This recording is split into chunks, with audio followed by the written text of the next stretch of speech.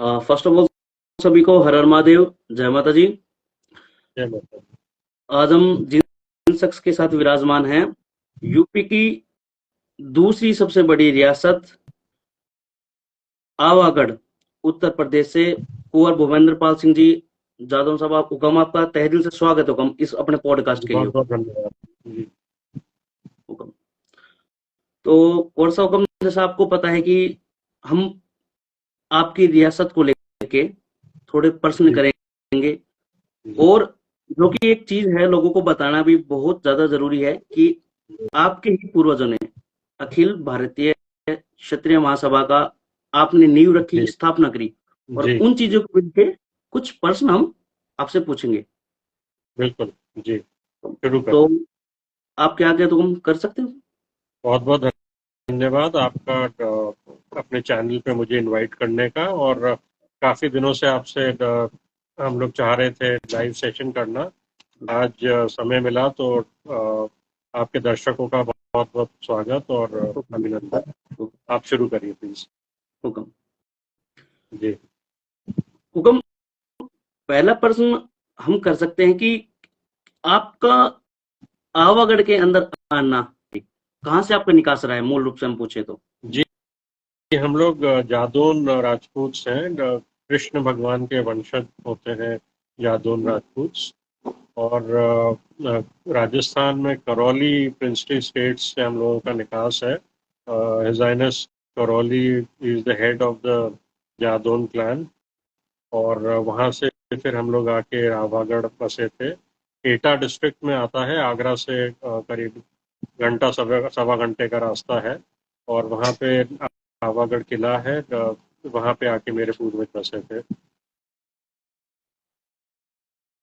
हुक्म। जी तो मेन आपका जो निकास है, जो कि करौली के उधर से आपका निकास है, जी राजस्थान करौली से। जी हुक्म। एंड हुकुम, अखिल भारतीय क्षेत्रीय महासभा के संस्थापक जो कि आपके पूर्वज रहे हैं, तो उन्होंने क्या सोच करके, क्या विचार विमर्श करके इसकी स्थापना करी, और वर्तमान में, मतलब उस समय से लेकर वर्तमान समय तक ये किस प्रकार से ये सभा है, क्या कार्य जी कर रही है, किस प्रकार से सकारात्मक चीजें लोगों को पहुंचा रही है, मतलब एक पॉजिटिव थिंकिंग को लेके हर एक चीज को। तो आप कृपया करके हुकुम थोड़ा सा इस बारे में भी लोगों को बताएं। जी जी बिल्कुल, आपने बिल्कुल सही कहा। अखिल भारतीय क्षत्रिय महासभा राजा बलवंत सिंह जी ने स्थापित करी थी। और 1897 1897 में इसकी स्थापना हुई। वो फर्स्ट प्रेसिडेंट और इसके फाउंडर रहे। और एक और बड़ा उनका बहुत बड़ा कंट्रीब्यूशन रहा है। 1885 में उन्होंने राजा बलवंत सिंह कॉलेज की स्थापना करी। जबकि वो खुद कुछ ही कुड नॉट रीड और राइट, वो खुद पढ़े लिखे नहीं थे। लेकिन उस समय उनकी सोच इस तरीके की थी कि सारे क्षत्रियों को यूनाइट करना कितना जरूरी है। कि आप आज के टाइम में भी देखते होंगे कि कितना जरूरी है अपनी बात रखना। और क्या क्या फायदे हो सकते हैं एक ऑर्गेनाइजेशन के जिसमें कि सारे के सारे क्षत्रिय यूनाइटेड और एक मंच पे आके, एक प्लेटफॉर्म पे आके काम कर रहे हैं। और इसी सोच से उन्होंने इस चीज़ को शुरू किया था। और ये बहुत बड़ा कंट्रीब्यूशन उनका रहा है। उनके बाद में कई महाराजा इसके प्रेसिडेंट रहे, जैसे महाराजा गंगा सिंह जी बीकानेर उनके बाद में प्रेसिडेंट रहे। फिर कुछ टाइम वाकानेर महाराज प्रेसिडेंट रहे। और अभी मेरे बड़े दाता राजा मानवेंद्र सिंह जी, जो मथुरा से सांसद हैं, जो मथुरा से 4 बार सांसद रह चुके हैं, वो इस ऑर्गेनाइजेशन के प्रेसिडेंट हैं। तो और मैं आपको बताना चाहूँगा, यूपी का प्रेसिडेंट मैं हूँ। और अभी हम लोग यहाँ के जितने भी युवा अध्यक्ष हैं, कल जिनको लेटर दिया गया, सुजान सिंह जी हैं जो कि ऑल इंडिया यूथ प्रेसिडेंट हैं। कल ही उनका अपॉइंटमेंट हुआ है। आज न्यूज़पेपर्स में भी आया है इस चीज़ के बारे में। मथुरा में एक अच्छा प्रोग्राम हुआ और उनको अपॉइंट किया गया। तो हम लोग सारे क्षत्रिय नौकरियों की सारे यंगस्टर्स के डेटाबेसेस शेयर करके उसमें से कुछ लीडर्स अपॉइंट करके, जैसे यूपी में 75 डिस्ट्रिक्ट्स हैं तो उसमें नगर अध्यक्ष, जिला अध्यक्ष अपॉइंट करके फिर उन लोगों से फीडबैक लेते हैं और व्हाट्सएप ग्रुप और सोशल मीडिया के माध्यम से एक दूसरे से जुड़ के और सजेशन और उनके फीडबैक पे हम लोग काम करते हैं। इसी तरीके से लीडर्स तैयार होते हैं और आने वाले इलेक्शंस में जो कि 2027 में होंगे उनमें से कोशिश करेंगे कि कुछ लोग एमपी एमएलए का टिकट लेके इलेक्शन लड़ें या फिर ऐसे नेता को चुने जिसमें कि अच्छा पोटेंशियल है और सारे क्षत्रिय आपस में डिस्कस करके कि कौन उनके बेटरमेंट के लिए काम कर सकता है, कौन उनको सुविधाएं और एक ऐसा प्लेटफॉर्म दे सकता है जहाँ पे कि वो ग्रो कर सकें। बिल्कुल कुंवर हुकुम, जैसा कि आपने बिल्कुल सही कहा। और एक सबसे बड़ा वर्तमान समय के हिसाब से देखा जाए तो कि हर व्यक्ति के पास कुछ ना कुछ ऐसा एक सभा या प्लेटफॉर्म होना चाहिए जिससे वो अपने विचार अपने लोगों के अंदर, हर व्यक्ति के अंदर डाल सके, ला सके, भाई हाँ ये चीजें इस प्रकार से हो सकती हैं। और जैसा जितने सकारात्मक विचार रहेंगे, जितने आप ज्यादा लोगों के बीच में बैठेंगे, आपको उतना जानने को मिलेगा, उतना सीखने को मिलेगा। और जैसे कि आपने बताया था कि ठाकुर सुजान सिंह जी अभी बने थे, मैंने अभी देखा था न्यूज़पेपर के अंदर भी आ रहा था। जी और ये बहुत ही अच्छा, मैं कह सकता हूँ, मार्ग है कि एक जी इन चीजों को लेके कोई युवा बंदे चुनाव के अंदर या राजनीति के अंदर या देश के लिए कुछ करने की उनके अंदर एक ही भावना, ये चीजें उत्पन्न हो जाती हैं। और बहुत अच्छा मैं मार्ग मानता भी हूँ इसको। बिल्कुल आपका, आपके द्वारा, आपके पूर्वजों के द्वारा किया गया ये कार्य मतलब एक अलग ही सम्मानित चीज दिखाता है लोगों की कि हाँ ये बहुत अच्छा मार्गदर्शक है। मैं तो ये बोलता हूँ कि हर क्षेत्र को अखिल भारतीय क्षेत्रीय महासभा के अंदर एटलीस्ट एक बार तो एक बार ज्वाइन करना चाहिए। लोगों के विचार सुनना चाहिए उनको कि क्या है क्या नहीं है। जी जी। आप भी सोशल मीडिया से जुड़े हुए हैं, आप देखते हैं इतने सारे ग्रुप्स बने हैं और इतने सारे लोग फोटोग्राफ्स वीडियोस अपलोड करते हैं, कमेंट्स करते हैं। तो ये तो आज के टाइम में फेसबुक और इंस्टाग्राम और बाकी सोशल मीडिया वेबसाइट से शुरू किया, लेकिन 1897 में उनकी सोच थी कि सबको जोड़ के और हम लोग प्रोग्राम्स करें, ईयरली बेसिस पे नेशनल कन्वेंशन हो। और राजा महाराजा उस समय जबकि कम्युनिकेशन के बहुत ज़्यादा अच्छे साधन नहीं थे, तब उनकी इस तरीके की सोच थी। और मेरे ख्याल में अगर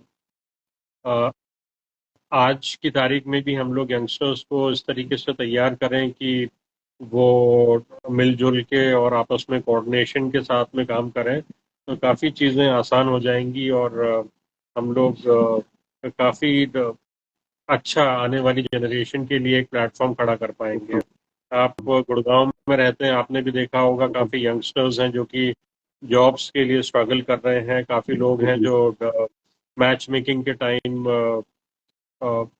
जानना चाहते हैं किसी परिवार के बारे में और ऐसे लोगों को ढूंढते हैं जो कि एक प्लेटफॉर्म दें मैट्रिमोनी के लिए, एक प्लेटफॉर्म दें जहाँ पे कि जो एक्चुअल स्थिति है किसी फैमिली की या किसी एलिजिबल बैचलर की, वो मालूम कर सकें। तो ये तो कुछ फ़ायदे हैं, इसके अलावा बहुत सारे फ़ायदे हैं जो हमारी ऐप को कंपनी डेवलप कर रही है। उन्होंने आरएसएस की ऐप भी डेवलप करी है और काफ़ी सारे फीचर्स ऐसे हैं जो कि यूनिक हैं। और अभी भी हम लोग डिस्कस करते हैं व्हाट्सएप ग्रुप में कि और ऐसा क्या फीचर ऐड कर सकते हैं जिससे कि एक आम क्षत्रिय फ़ायदा उठा सके और उनके लिए थोड़ी चीज़ें आसान हो जाए। एंड हुक्म, अगर जिस हिसाब से आपने महाराजा बलवंत सिंह जी के बारे में बोला था, तो हम उनको द फ्यूचर मैन का एक टाइटल दे सकते हैं, द फ्यूचर मैन कह सकते हैं, क्योंकि उस समय इतना फ्यूचर तक का सोचना, बल्कि जैसा कि आपने बताया कि वे पढ़े लिखे इस रूप से नहीं थे, परंतु इतने लंबे विचार तो किसी पढ़े लिखे व्यक्ति के भी इतने नहीं हो पाते जितना उन्होंने बताया कि ये चीजें कर सकते हैं, ये चीजें कर उनसे सकते जुड़ी हैं। हुई काफ़ी कहानियां हैं और हुक्म बिल्कुल अभी सुनना आगरा चाहेंगे। में दूसरा दूसरा जो उनका कंट्रीब्यूशन रहा है, जैसा मैंने आपको बताया, हुक्म। राजा बलवंत सिंह कॉलेज 1885 में जो स्टैब्लिश हुआ, ये कौन बनेगा करोड़पति में क्वेश्चन भी था कि एशिया का सबसे बड़ा कॉलेज कौन सा है, तो that is the Raja Balwant Singh college, क्योंकि इसकी लैंड होल्डिंग्स इतनी है। और 56 56 डिग्री कोर्सेज होते हैं इसमें। और जो फर्स्ट प्रेसिडेंट ऑफ अमेरिका जो इंडिया विजिट करा था, उन्होंने पंडित नेहरू के साथ में राजा बलवंत सिंह कॉलेज विजिट भी किया था। और कुछ वहाँ से भी, बाहर से भी फंड्स आए, जिससे कि एक सेक्शन और एक डिपार्टमेंट तैयार हुआ। और अभी भी वहाँ पे राजा बलवंत सिंह जी के जो यंगर सन हुए राव कृष्णपाल सिंह, उनके नाम से एक बहुत अच्छा ऑडिटोरियम है, आगरा का बेस्ट ऑडिटोरियम है, जो कि जहाँ पे कि काफ़ी पॉलिटिकल मीटिंग्स भी होती हैं। और मेरे कज़न है युवराज अमरीश पाल सिंह, हुक्म। वो राजा बलवंत सिंह कॉलेज के बोर्ड में हैं, और उनके he is the care taker, and अभी और अच्छे लेवल पे उसको ले जाना की कोशिश कर रहे हैं। और राजा बलवंत सिंह जी के दो सन्स हुए, राजा सूरजपाल सिंह और राव कृष्णपाल सिंह। तो जैसे भी आपसे मैं बात कर रहा था कुछ समय पहले, एक अच्छा इंसिडेंट, और एक ऐसा इंसिडेंट जिसको कि बहुत लोग नहीं जानते हैं। हुक्म। आपने कहा था कि एक आप इंसिडेंट नरेट करिएगा। बिल्कुल। ये उनकी शादी की टाइम का है। उनकी शादी हुई थी his highness late his highness Surguja की डॉटर से। सरगुजा छत्तीसगढ़ में है, और उनका वर्ल्ड रिकॉर्ड है लेट हिज हाइनेस सरगुजा का कि he has the world record of shooting the maximum number of tigers. 1107 बाघ का शिकार किया था उन्होंने उस टाइम। बहुत अच्छी पॉपुलेशन थी टाइगर्स की। और अ, उस टाइम का एक इंसिडेंट है कि जब शादी की बात चल रही थी, और आवागढ़ में के आसपास इतना जंगल नहीं है कि बाघ हो। तो हमारे आवागढ़ के आसपास हिरन है, और एक बर्ड सेंचुरी है, लेकिन बड़े जानवर नहीं है। तो उनसे पूछा गया कि आपने कितने बाघ का शिकार किया है। तो मेरे ग्रेट ग्रैंडफादर राजा सूरजपाल सिंह जी का जवाब था कि हमारे यहाँ बाघ होते नहीं है, मैंने एक भी बाघ का शिकार नहीं किया गया। तो फिर उन्होंने कहा कि नहीं नहीं, आपको एक बाघ का शिकार करना पड़ेगा, तब हम शादी की बात और आगे बढ़ाएंगे। तो फिर एक पूरी शिकार का प्रोग्राम, एक शिकार का प्रोग्राम रखा गया, और तब उन्होंने अपना लाइफ का फर्स्ट और लास्ट टाइगर शूट किया।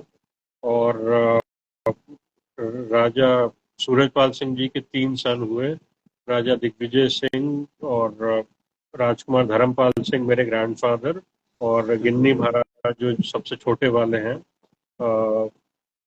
तो ये 3 ब्रदर्स थे। उसमें से मेरे ग्रैंडफादर ने वो सरगुजा वाला जो शिकार का शौक था वो इनहेरिट करा, और काफ़ी अच्छे वेपन्स भी इनहेरिट करे। एक हॉलैंड हॉलैंड 3006 राइफल है, जो कि अभी भी हमारे पास है, and it is in actual mint condition, बहुत अच्छी कंडीशन में है।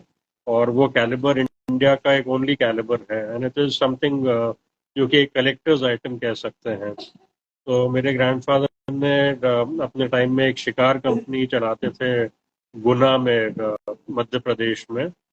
और जहाँ पे कि फॉरेनर्स आते थे, शिकार खेलते थे और कैंपिंग करते थे, और काफ़ी एक अलग ही दुनिया थी। तो ये सिलसिला चला 1971 तक। फिर 1971 के बाद में इंडिया में शिकार पे बैन लग गया। और जी, तो फिर अब हम लोगों को अलाउड नहीं है शिकार कंपनी, तो वो कंपनी बंद करनी पड़ी। ये एक डिबेटेबल टॉपिक है, क्योंकि आजकल सेव द टाइगर का मूवमेंट चल रहा है, और बाघों की संख्या कम है। लेकिन एक इसी में एक ये पॉइंट भी है कि जो लोग शिकार करते थे, जो लोग तमीज से शिकार खेलते थे, एक स्पोर्ट की तरह खेलते थे, वही वो लोग होते थे जो कि टाइगर पॉपुलेशन को और जो इंडेंजर्ड स्पीशीज हैं उनको बचाने के लिए बहुत एफर्ट्स करते थे। वो पोचिंग, जो नेटिंग और इन सब चीज़ों से बचाने के लिए भी पूरा प्रयास करते थे। वो जंगल नहीं कटे, इसके लिए भी प्रयास करते थे। और जी। सरगुजा जहाँ पे बहुत अच्छा जंगल है, वहाँ पे काफ़ी एफर्ट एफर्ट्स लगाए जाते थे कि टाइगर पॉपुलेशन और टाइगर ब्रीडिंग कंटिन्यू रहे, और लोग बाग एक चेक करें कि ये मतलब एक स्पोर्ट की तरह ही खेला जाए, और एक ट्रेड नहीं बने, जो टाइगर स्किन का ट्रेड हो रहा है या जो आइवरी का ट्रेड हो रहा है ये नहीं हो। और इस पे मतलब जिम्बाब्वे जैसी कंट्रीज में बहुत अच्छी फॉरेन एक्सचेंज इसी से आती है, क्योंकि वहाँ पे शिकार करके लोग बाग रेवेन्यू जनरेट कर रहे हैं। वहाँ पे कुछ ब्लॉक्स अपॉइंट किए जाते थे मेरे ग्रैंडफादर के टाइम, गुना के आसपास में कुछ किलोमीटर्स के ब्लॉक्स अपॉइंट किए जाते थे, और वहाँ पे एक चेक रखा जाता था कि सब पूरा जो भी अंग्रेज आ रहे हैं शिकार खेलने के लिए या जो भी पे कर रहे हैं इन चीज़ों के लिए, उनका पूरा ख्याल रखा जाए और एक उनको अच्छी सर्विस प्रोवाइड की जाए। एंड और कोर्स हुक्म, मैं ये जानना चाहूंगा कि वर्तमान भी उतना ही जरूरी है जितना इतिहास।